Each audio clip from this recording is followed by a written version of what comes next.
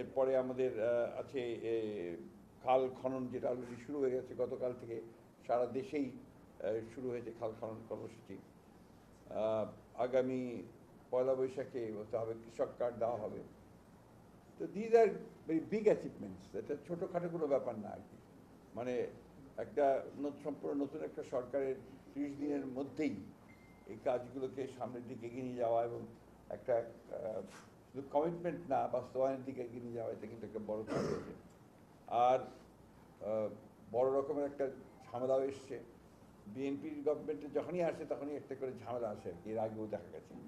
এবার তো বড় এসছে আপনার ইরান যুদ্ধ। এই যুদ্ধের ফলে যে আপনার তেলের দাম টাম বেড়ে গিয়ে তো একটা বড় রকমের সমস্যা তৈরি হয়েছে। বাট আল্লাহ রকম এখন পর্যন্ত কিন্তু খুব বলা যেতে পারে যে যোগ্যতার সঙ্গে এই জিনিসগুলোকে মোকাবেলা করা গেছে, চ্যালেঞ্জগুলো মোকাবেলা করা গেছে। তার মধ্যে সবচেয়ে পরিষ্কার হচ্ছে যে তেলের দাম এখনও বাড়েনি। তেল নিয়ে কোনো রকম বড় রকমের কোনো স্ক্যান্ডাল তৈরি হয়নি এই বিষয়ে।